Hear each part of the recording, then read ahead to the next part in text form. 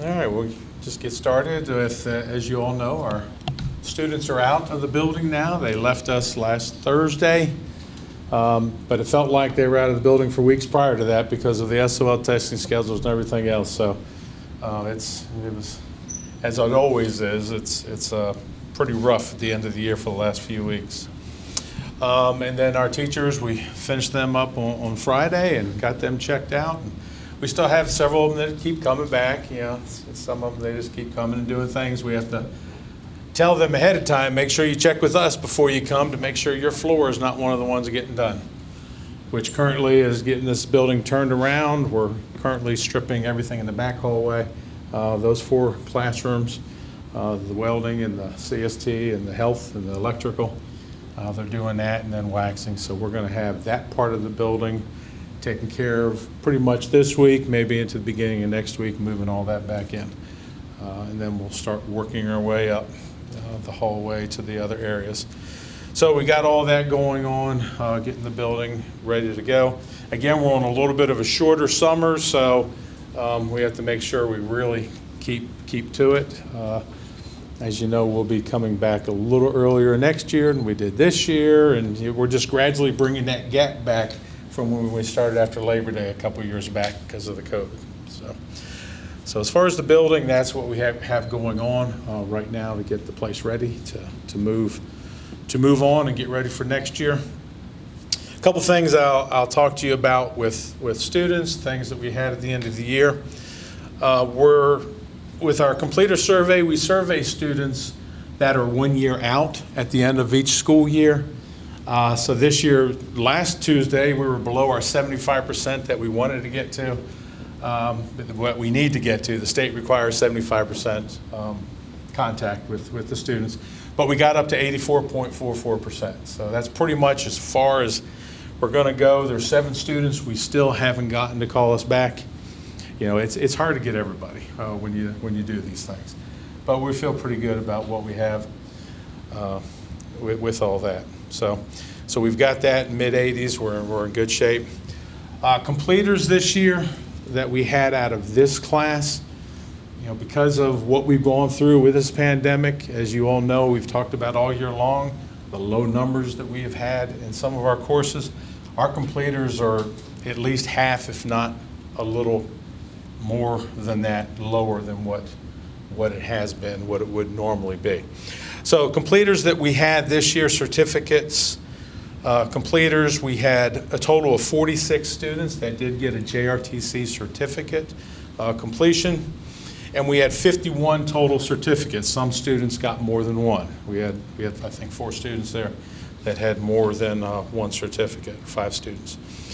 11 of those were from Covington and 35 were from Alleghany High School.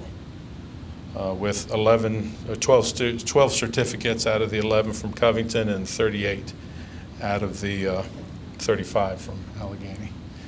So we've done the best we could with that this year. We will be getting numbers starting to move back up as we move along, because with our numbers that we're looking at for next year, I went through and I looked at what is in both power schools for Alleghany and Covington, and they put in what the requests are for the students. You know, it's a tally request. So they have a section that's the request, and they have a section that's an alternate in case they can't get every class they want. What's another class they may want? I'm not going to throw those numbers in there because some of those really go way out. But just talking about our intro classes, you know, building our level 1s back up, which level 1s this year were not bad, and they're going to move to level 2. But looking at the classes that we have 3 levels with, just for reference here, our intro to early childhood education, we're looking at a total of 25 students that have requested out of a maximum of 40 that we could have during the year. We have 59 that want intro to culinary arts. We can only have 40. That means 19 people that have requested it won't be able to get it because of our numbers. Intro to health, 32. So we could still fit 8 more into there. Automotive 1, 29. But then again, when you look, as I said, I wasn't really going to mention, but there's 11 more students that have that as an alternate, so that's right up to 40 if they end up getting into there. Electricity 1 is 39, so it's one shy of the maximum at the moment. Carpentry 1 is 40. Welding 1 is 44, so that would be 4 more than they could have in the class. Because what we do with our level 1s is we have 2 sections of them, 20 the first semester, 20 maximum the second semester. So level 1s are looking good, and then level 2s are also looking good. Level 3 is still dragging. We have some courses where there may be 1, 2, or 5 or 6 students, but we know that. That's what we've been going through. We're gradually digging ourselves back out of the hole as we look overall at numbers that we're looking to have come back. Now again, these are just requests. It's nothing official until we get the kids in the classrooms. We don't know what we're going to have fully, but these numbers is what's going to be pulled into scheduling students. What they requested, they're going to try to give the students everything they requested. Then again, like I said, with the alternate, and we got a bunch of them that put us down as alternate in different classes. Like culinary, there's that many students that can't get it, well, maybe they'll then take one of the other classes as an alternate that still has the space. So, Glenn, if I start out 2 days in, I decide I don't want to be in culinary, and Gerald's a backup. Can he get in on that third day, or? Yeah. That's what we always try to fill the class. So between the 2 guidance departments, talking to them, ask them just to keep those kids in mind, those really want it, and they want to trade into this class. Just as we can. We definitely will put somebody back in there. We want to get our maximum amount in there. And how do you kind of determine what kids get in and what kids don't? Well, that's level 1 is determined by the high schools currently. And the way I know what Alleghany has done is if kids really want it, they're going to get their forms back fast. So they rank according to who got the forms back to them in that amount of time. When we start moving to the other levels, level 2, we rank those students. So let's just say if we had, let's say we can allow a maximum of 20. If 26 students wanted back into welding, we would rank those students, and 6 of them wouldn't be able to get there, and they'd be at the bottom of that ranking. And we rank them according to their attendance, their attitude, their grades, all that type of stuff goes into it, and that's how students get ranked. I probably mentioned it, I don't know if I have to this group, but in the past we had nurse aide one time that had 9, I think it was 7 or 9 students more than we could get into nurse aide 1, and the cut line was 94. So the students did that well, but we just don't have the space for it because we're limited in the numbers we can have in the programs. So, but yeah, that's how it works. So when it gets to that next level, our instructors will rank the students. And currently, we're still allowing 15 from Alleghany, 5 from Covington. After next year, it won't matter because they'll all be in one school. But the way it has been is 15 from Alleghany, 5 from Covington. So with level 1s, that's 30 Alleghany students, 10 Covington students. And if only 5 Covington students want in and there's more spaces, more kids in Alleghany want it, we get them in.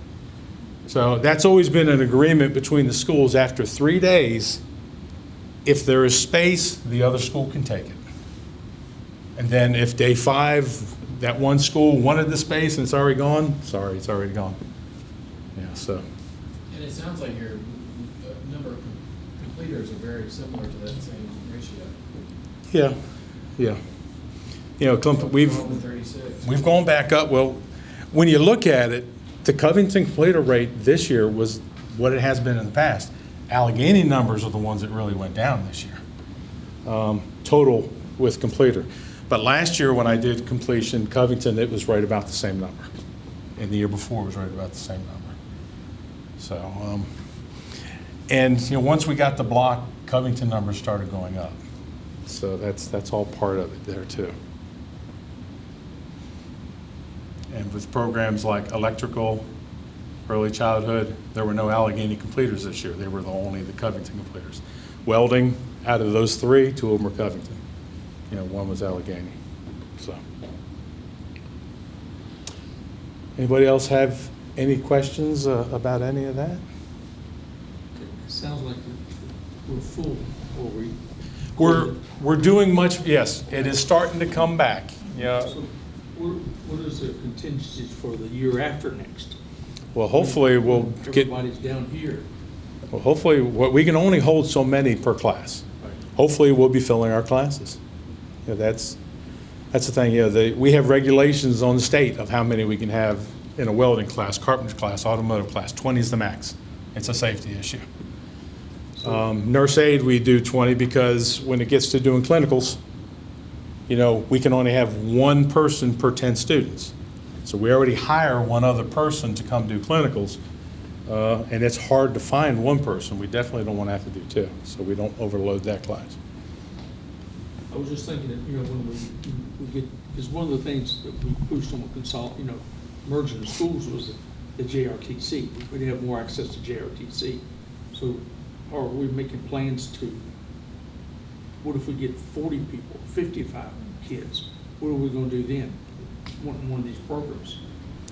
Well, right now, only the number can be allowed into it. You'd have to then create space, hire a new instructor to be able to take more students. Something else would have to happen to be able to allow that, because the instructor can only teach so many at one time, and they can only teach so many classes during a day. So 2 questions in. Do we have room to expand? And do we have, if we don't have room, do we have room maybe to put up the Alleghany, since it's over the bottom of the hill? There is potential to expand in this building still.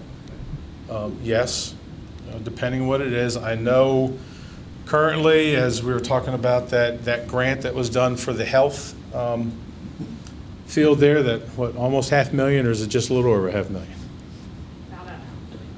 You know, that money right there, you know, they're currently working on courses and possibilities there, and you know, all that is still in the talking phase, looking to the next year. We just wanted to kind of have a contingency, so in case we get all these applicants, that we got a place to put them. It'll definitely benefit the Covington students. Those that didn't want to leave Covington High School are now just right next door. And that That's will what help we out. told them, wasn't it? Yep.